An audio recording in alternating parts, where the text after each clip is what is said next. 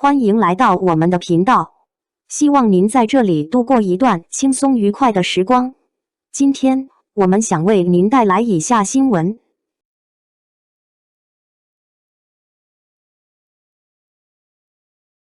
王一博续约乐华，2100万股权诚意背后，顶流依赖症如何破局？在中国娱乐产业的商业版图中，很少有一份合同续签能够像王一博与乐华娱乐的这次续约一样，同时牵动资本市场的神经，引发粉丝群体的集体躁动，并在更深层次上折射出整个行业结构性矛盾的根本症结。2025年3月底，这场悬而未决的续约拉锯终于以一纸官方公告画上句号，但热搜榜上的喧嚣散去之后，留给乐华娱乐的是一道比续约本身更难解答的命题。当一家上市公司的命运如此深度地与单一艺人的去留捆绑在一起，这种商业模式究竟能走多远？故事的起点要从3月25日那份措辞郑重的公告说起。乐华娱乐在当天发布的公告中特别标注此乃要件，请急处理，仅此6个字，已足见事态的紧迫程度。公告的核心内容是，公司董事会建议向王一博售出1250万个受限制股份单位，以认可及奖励其对公司做出的杰出贡献，并寻求维持双方的长期合作关系，从而确保集团持续获益。此次拟售出的股份认购价格定为 0.01 港元每股，约占乐华娱乐已发行股份总数的 1.51%。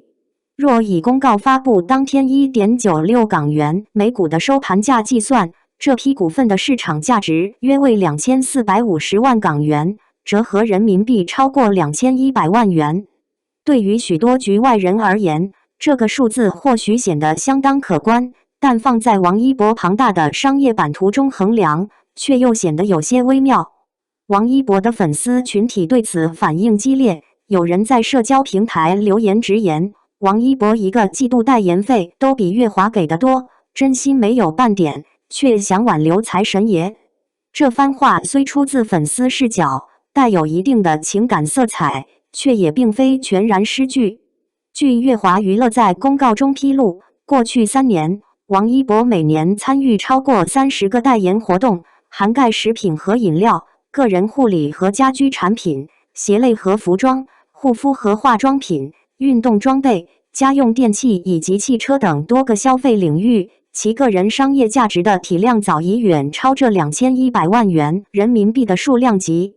然而，尽管如此，这份价值2450万港元的股权激励方案，最终还是在谈判桌上发挥了其应有的作用。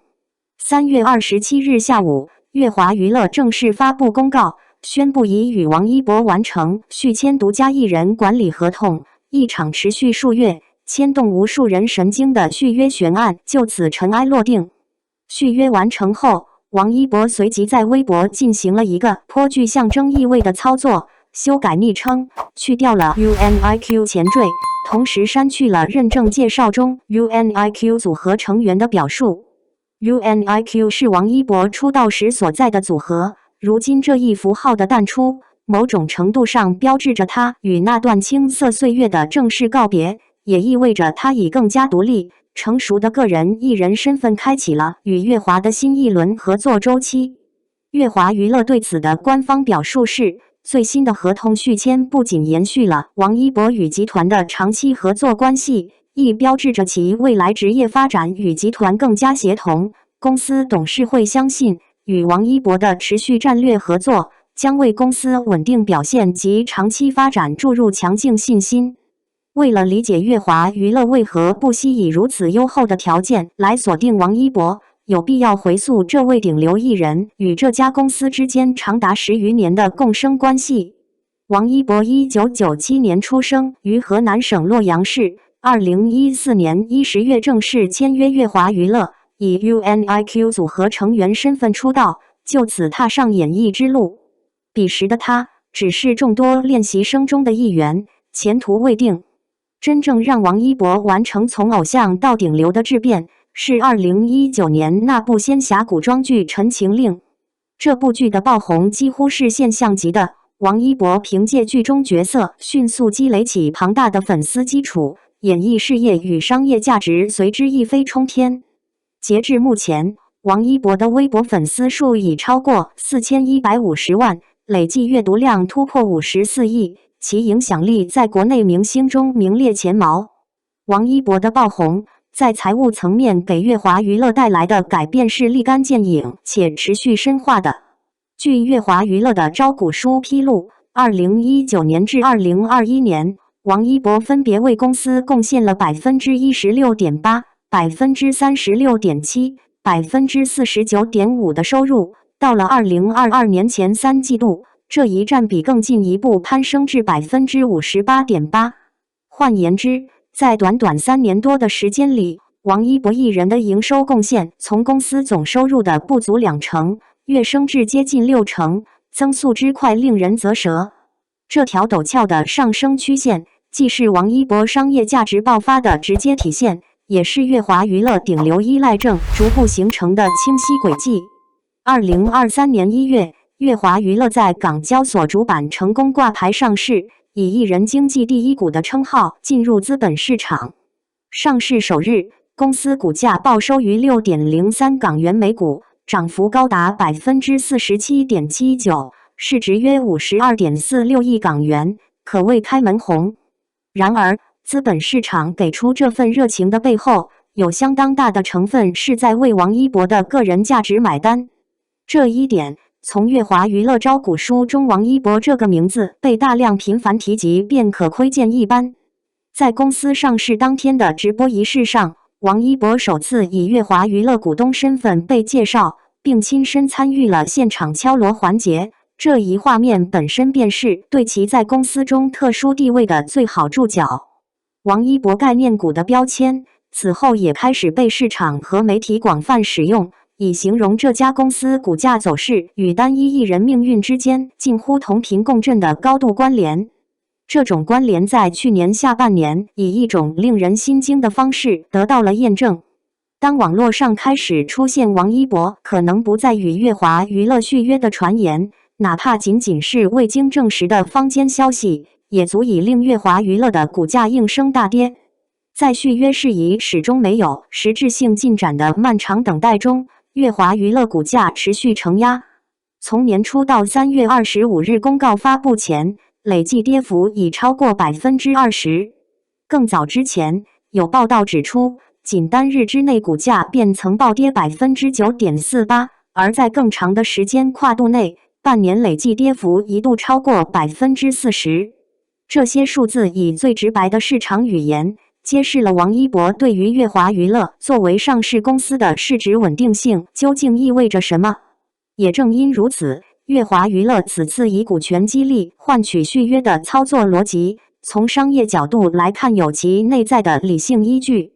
公司董事会在公告中明确表示，授予王一博受限制股份的长期稳定性及可持续表现，超过了对少数股东的最小摊薄影响，更好地符合全体股东的整体利益。这一表述的实质含义是，失去王一博的代价远比稀释1.51%股权所带来的损失惨重得多。用2450万港元的股权留住一个年营收贡献超过数十亿的顶流，从纯粹的财务逻辑来审视，这笔买卖确实高度划算。与此同时，此次股权方案的具体结构设计，也在激励的同时内置了约束机制。公告明确说明，1250万受限制股份单位将被平均分成4批，每批25%，在4年内逐步归属。这意味着王一博需在整个合同周期内持续履约，方能逐步兑现全部股权收益。若提前解约，则未归属部分将被收回。此外，公告还列明了股份收回的其他情形，包括严重违反艺人服务合同、不再以集团签约艺人身份运营、被指控或定罪、违反保密条款及非竞争条款等。这一套涵盖激励与约束双重维度的制度安排，体现了乐华娱乐在保留核心资产方面的精细化设计思路，也让外界得以一窥乐华在处理顶流艺人续约问题上的合约智慧。然而，就在乐华娱乐以股权方案稳住王一博的同时，另一个值得关注的趋势也在悄然推进。王一博本人的去乐华化布局正在加速深化。天眼查的公开信息显示，王一博目前在多家公司任职或持股，其中包括北京博远文化科技有限公司、天津地平线网络科技有限公司、上海艺博文化传媒工作室等多家存续公司。值得注意的是，这些公司的股权结构中均未出现乐华娱乐的身影。王一博正在构建一套独立于现有经纪公司体系之外的个人商业版图。上海艺博文化传媒工作室由王一博全资持股，另外2家公司则由王一博与王正兴共同持股。与此同时，王一博还通过天津地平线网络科技有限公司注册了耶博、王一博、Wangibel 等多个商标，覆盖乐器、方便食品、厨房洁具等多个品类，显示出其对个人品牌商业化布局的长远规划。这种去乐华化的动向，在粉丝群体中引发了截然不同的解读。